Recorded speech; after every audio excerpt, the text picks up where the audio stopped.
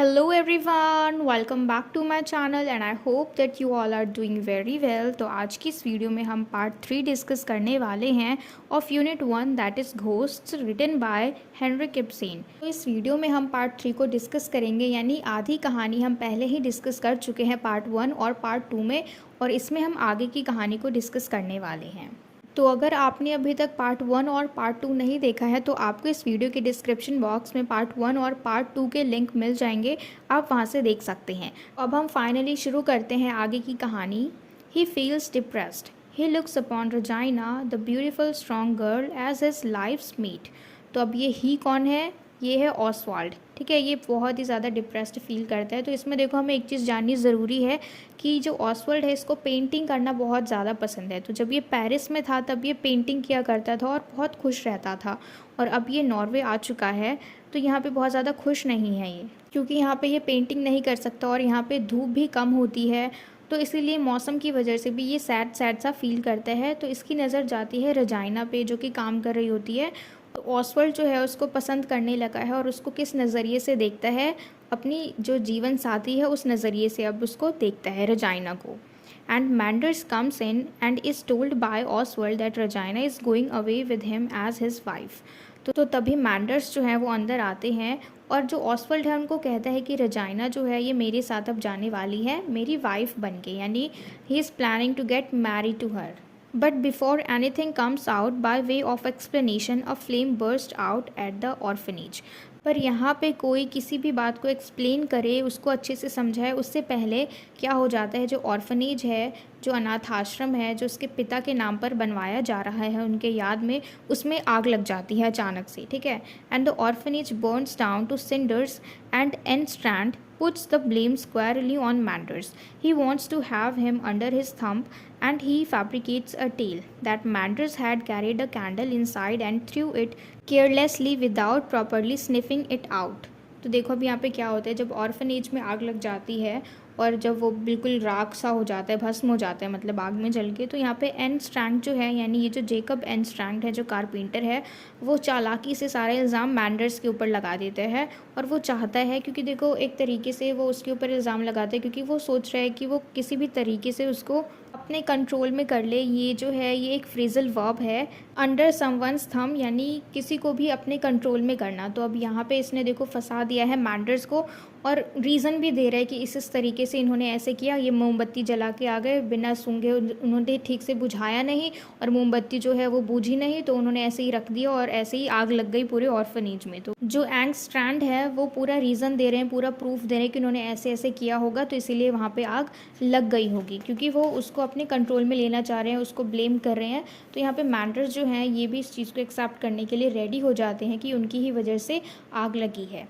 Then, as he makes Manders feel guilty, Engstrand acts as the savior and says he will accept all the blame for another's mischief। तो देखो जैसे ही वो उसको guilty feel करवा देते हैं और फिर तुरंत एक सेवियर की तरह एक्ट करने लग जाते हैं कि कोई बात नहीं, ये जो तुमने आग लगाई है ये सब कुछ मैं अपने ऊपर ले लूँगा। यानी अब वो सेवियर की तरह बिहेव कर रहे हैं। पहले उसको गिल्टी फील करवा दिया और अब कह रहे हैं कि कोई बात नहीं, ये जो तुमने किया है ये सारा ब्लेम मैं अपने ऊपर ले लूँगा। Thus he completely wins over Manders and it is evident that he will get out of him whatever advantage he wants to have for his own benefit। तो देखो यहाँ पे जो मैंडर्स है ये पूरी तरीके से एंगस्ट्रैंड के कंट्रोल में है। कंट्रोल में कैसे है? क्योंकि अब ये एंगस्ट्रैंड जो भी कहेगा वो मैंडर्स को करना पड़ेगा, क्योंकि मैंडर्स की जो एक गलती है, जो पूरा इल्ज़ाम है, वो एंगस्ट्रैंग ने अपने ऊपर ले ले। यानी जो ऑर्फनेज में आग लगी है वो किसकी वजह से लगी है? मैंडर्स की वजह से लगी है। लेकिन सबको क्या लगेगा, सबको क्या बताया जाएगा कि एंगस्ट्रैंग ने लगाई है। तो ये बात किसी को भी नहीं पता। लेकिन यहाँ पे ये जो एंगस्ट्रैंग है, ये जो कारपेंटर है, ये चालाकी कर रहा है ताकि बाद में ये उससे कुछ भी हेल्प ले सके, अपना काम निकलवा सके मैंडर से। तो ये चीज़ यहाँ पे क्लियर नहीं है कि ये क्या काम निकलवाएगा बाद में, लेकिन यहाँ पे इसका कुछ ना कुछ बेनिफिट तो ज़रूर है। ठीक है, तो ये हमारी बुक की समरी जो है इसमें इस चीज़ को मेंशन नहीं किया गया है समरी के अंदर। And after the leave Mrs Alving talks to Regina and Oswald. She tells them that in fact Regina is the half sister of Oswald. तो जब ये लोग, इनकी बातचीत ख़त्म हो जाती है इन दोनों की, एंगस्ट्रैंग की और मैंडर्स की, तो अब इन तीनों का आमना सामना होता है, मिसेस एल्विंग का, रजाइना का और ऑसवर्ल्ड का। तो यहाँ पे मिसेस एल्विंग जो है ये हिम्मत करके इन दोनों को ही बता देती है कि जो रजाइना है वो ऑसवर्ल्ड की हाफ सिस्टर है, यानी इसके साथ साथ हाफ सिस्टर है, इसके साथ साथ वो सारी चीज़ें बता देती है जो भी पास्ट में हुआ, जो भी रजाइना की रियल मदर थी जोहाना, और मिस्टर एल्विंग जो कैप्टन एल्विंग थे जो अब इस दुनिया में नहीं रहे, तो इन्होंने ये सारी कहानी इनको बताई, ठीक है।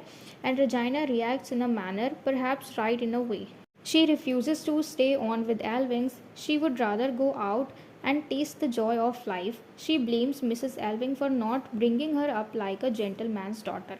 तो अब देखो रजाइना जो है ये मतलब अच्छी तरीके से बिहेव करती है सब मालूम होने के बाद भी, और शायद क्योंकि ये एकदम से चिल्लाती नहीं, एकदम से गुस्सा नहीं करती है, लेकिन यहाँ पे ये एल्विंग्स के साथ रहने से मना कर देती है, यानी ये इस घर में नहीं रहेगी और वो बाहर जाके अपनी लाइफ को एंजॉय करेगी। और वो साथ ही साथ मिसेस एल्विंग को ब्लेम भी करती हैं कि उन्होंने इसकी परवरिश ऐसे क्यों नहीं की जैसे कि किसी जेंटलमैन की बेटी की होती है, ठीक है। तो इसलिए वो उसको ब्लेम करती है मिसेस एल्विंग को, और ये बोल के वहाँ से चली जाती है। And now mother and son are left alone, यानी यहाँ पे माँ बेटे जो हैं ये दोनों अकेले हैं। Then Mrs Alving is told the real nature of Oswald illness. अब यहाँ पे रियल नेचर बताया जाता है ऑसवर्ल्ड की बीमारी का। इस रूम में ये दोनों अकेले हैं और जो ऑसवर्ल्ड है ये बहुत ही ज़्यादा दर्द में बिल्कुल पागल होता जा रहा है, इसको बहुत ज़्यादा दर्द हो रहा है, बहुत ज़्यादा पेन हो रहा है, क्योंकि इसकी जो बीमारी है सिफिलिस, उसकी वजह से ये बहुत ज़्यादा दर्द में है। He asks his mother to help him avoid the late stages of syphilis with a fatal morphine overdose. तो देखो वो मतलब अपनी मदर को कहता है हेल्प करने के लिए, क्योंकि इसका जो ये लास्ट स्टेज है इसमें बहुत ज़्यादा ही पेन होगा इसको, और ऐसे में इसकी जान भी जा सकती है। तो वो अपनी मदर को कहता है कि मॉर्फिन का जो ओवरडोज है वो देके उसे बचा लें, लेकिन इसकी मृत्यु देखो दोनों कंडीशन में होगी, ये दोनों कंडीशन में ही मर सकता है। अगर इसको मॉर्फिन ये जो टैबलेट्स है इसका ओवरडोज दिया जाए ये तब भी मर जाएगा, और अगर इसको दवाई नहीं मिलेगी ये तब भी मर जाएगा। तो ये दोनों कंडीशन में ही बहुत ज़्यादा पेन में है, और इसकी जो मदर है ये कंफ्यूज है, शी इज़ इन डिलेमा कि इसको दवाई देना चाहिए या नहीं देना चाहिए, क्योंकि वो भी देख के बहुत ज़्यादा शॉक्ड है, क्योंकि ये दोनों सिचुएशन में ही जान से चला जाएगा।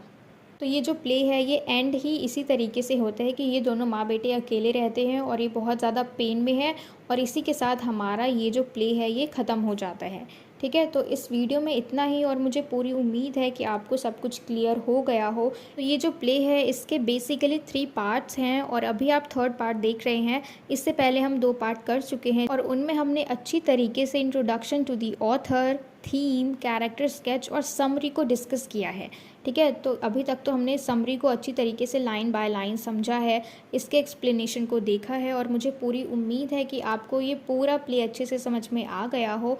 और अगर आपने अभी तक पार्ट 1 और पार्ट 2 नहीं देखा है तो आपको इस वीडियो के डिस्क्रिप्शन बॉक्स में उन दोनों ही वीडियो के लिंक मिल जाएंगे। अगर आपको ये वीडियो अच्छी लगी हो, अच्छे से समझ में आया हो ये play, then please let me know in the comment box if you like this video and share it with your friends as well so that they can get help from it. And don't forget to subscribe my channel. And till we meet in the next video, keep learning.